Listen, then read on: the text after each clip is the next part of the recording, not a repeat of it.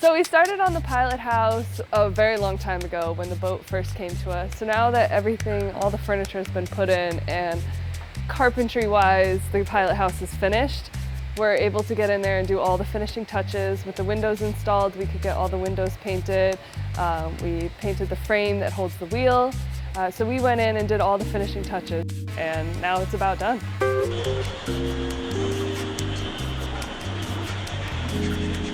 So some of the windows, about every other window in the pilot house comes out. It'll drop down so you can get a nice breeze as you're coasting by. It's really, really cool in there. But some of the windows are stationary. The one in the middle can't drop down because the wheel is on the inside and the outside of the boat and it passes right underneath. We're continuing to do a lot of finish work on the outside as well as the inside of Coastal Queen, and now we're starting to finally see some things finished up and walking away from certain areas. The pilot house doors, access doors, have been reinstalled. A lot of the doors for cabins and rooms, galley access, things like that on the main deck, they're all done and finished. Some of them have been installed, others we're leaving off just so they don't get damaged during the final stages here of construction. But then interior spaces like the pilot house, which were in varnish for quite a while, those last little details are taken care of. Paint touch-ups in the overhead, those things are these last little details that really sort of finish it up. And it's nice to see them being done, crossed off the list, tape pulled, and backing our way out of there.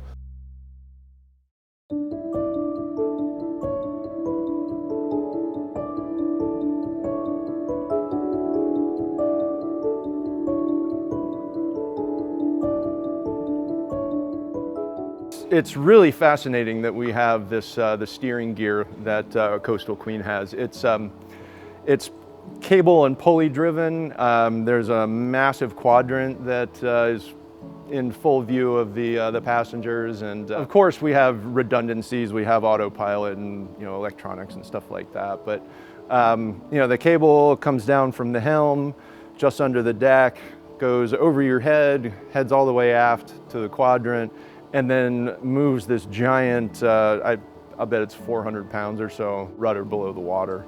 We spent a lot of time on this old cable steering system here, adjusting these shivs. Some of them were twisted, and we've kind of changed the lead on them. There was some punky wood under the backside up in the overhead here, so we did some Dutchmans and some replacements. We cleaned up and put new pins in them. Some of these got bored out here, because the hole over time will get ovaled out a little bit. So this cable used to be out over here, and then it was an additional turning block on the aft deck.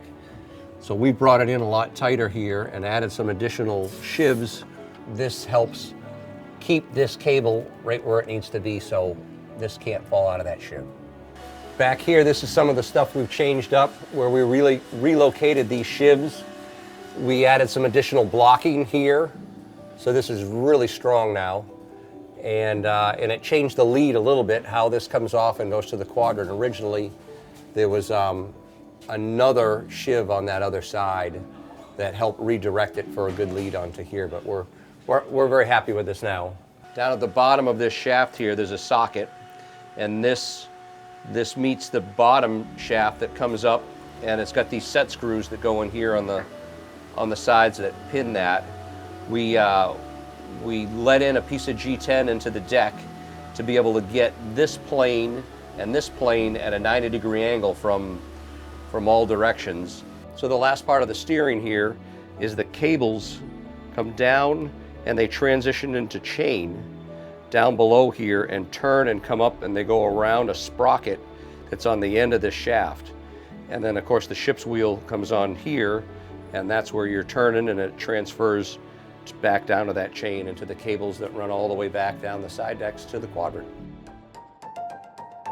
Throughout Coastal Queen, we're going to have various cameras monitoring some critical spaces, specifically the engine room, but also cameras on the aft deck that will monitor a tow. If you're towing a tender or something along those lines, a great distance. The visibility aft from the pilot house is not ideal. You know, Henry and Peter are going to be towing a big inflatable everywhere they go. So we're going to be putting a little flat screen in the back of the pilot house that'll be connected to a camera, or 2 or 3 that will be on the boat, and one of them will be, you know, shooting back aft to be able to, you know, check on that tender, because the visibility is not great from the pilot house. You got to, you know, get outside and look back or walk through the master cabin there.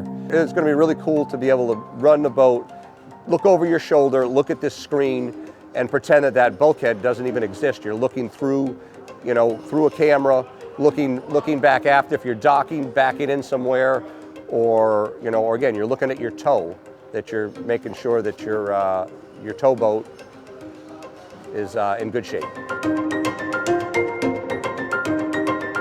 We're going to have a wing station on Coastal Queen for her helm.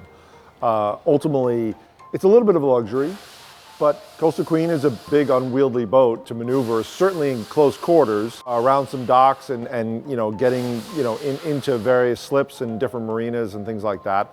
You can take that box, it's tethered, it's hardwired. You can take it out and put it on the side rail and sit there, and you can run the boat with great visibility. You're not in this little box in the top trying to like listen by the radio. You're out there running the boat. So when you're in, like I said, you don't need it all the time, but when you're in a tight spot, it's very, very handy. Being able to have the helmsman, have the captain out on the rail with steering, thruster, and engine controls, be able to have a better visual of what's going on is going to make, you know, docking the boat that much safer.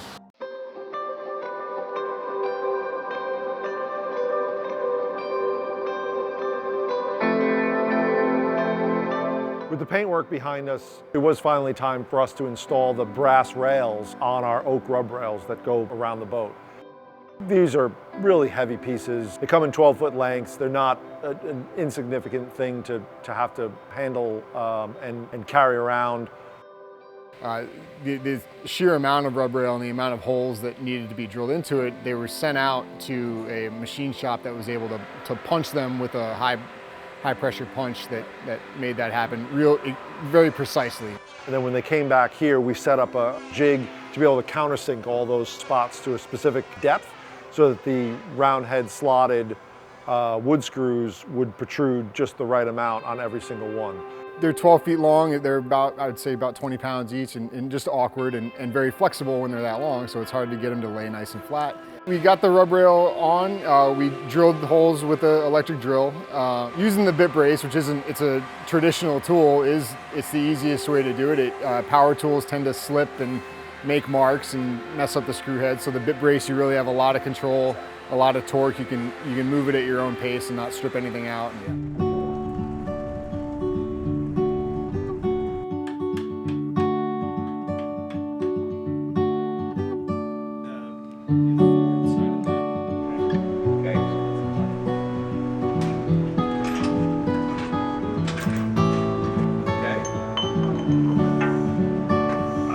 Let me try to get mine in first.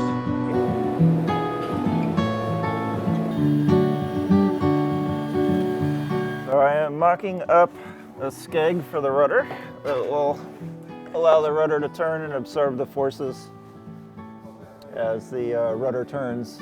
And it needs to be very strong because there are a lot of lateral forces that are going to want to twist this rudder around. One thing we need to worry about would be our tip clearance here. So we're trying to give as much water flow as possible to avoid cavitation. We're using the existing rudder, but the skeg that came off the boat, it was all made out of steel and it was pretty rough. So we're making a new one that has a little bit more support even than the old one had. This is ultimately to pin the bottom portion of the rudder, so as the rudder turns, there's a lot of sideways force on that rudder. We don't want to have the upper bearing take all of that force. So this, sort of pins the lower portion of the rudder in place and keeps the entire rudder shaft in concert. This model will be given to the welders, and they will make up the actual unit, probably out of stainless steel.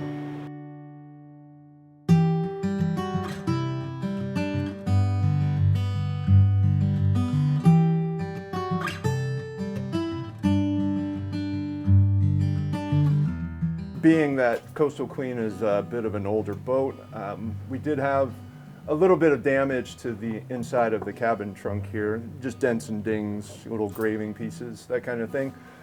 So it was decided to laminate a nice piece of mahogany marine plywood on the inside, and you can see that there's not a whole lot of good places to get a clamp on this thing. So in that case, you just got to do what you got to do. So I found the nearest Carlin up here and ripped a bunch of fur strips and came down here and hand fit every one of these to provide a little bit of pressure against the cabin trunk there. It's not the same thing as an F-clamp, but it gives you a little bit of squeeze. You can see actually I'm getting pretty decent squeeze out along the port light here. Each one of these provides maybe 5 to 10 pounds of pressure, nothing crazy, but it's more than adequate to keep the fascia here in place and tight up against the inside of the cabin trunk. The polysulfide that we're using has cured, so it was safe to take all of the little sticks down, and you can see it's kind of a nice way to squeeze something into a space where you don't have room for clamping, and you also don't have to worry about putting holes in it for fasteners like you might if you use drywall screws and a fender washer or something like that. So you're basically starting with a clean slate here. You're ready to go almost immediately to finish. So right now I'm setting up to cut the limber holes in the mast step. I'm cutting the limber holes with this router here, and I'm making this jig here so that the router can run back and forth like that. I'm basically making a half tunnel for the limber holes. Instead of an actual hole that you would punch through the mast step, I took a router with a curved bit and made a half hole right at the bottom so that the water can easily escape. I love working with my hands. I could never see myself working in an office, and working with my hands, you get outside, you work with cool material. I especially like working with the hand tools because it's a very gratifying feeling to be able to see an end result that you did with your bare hands.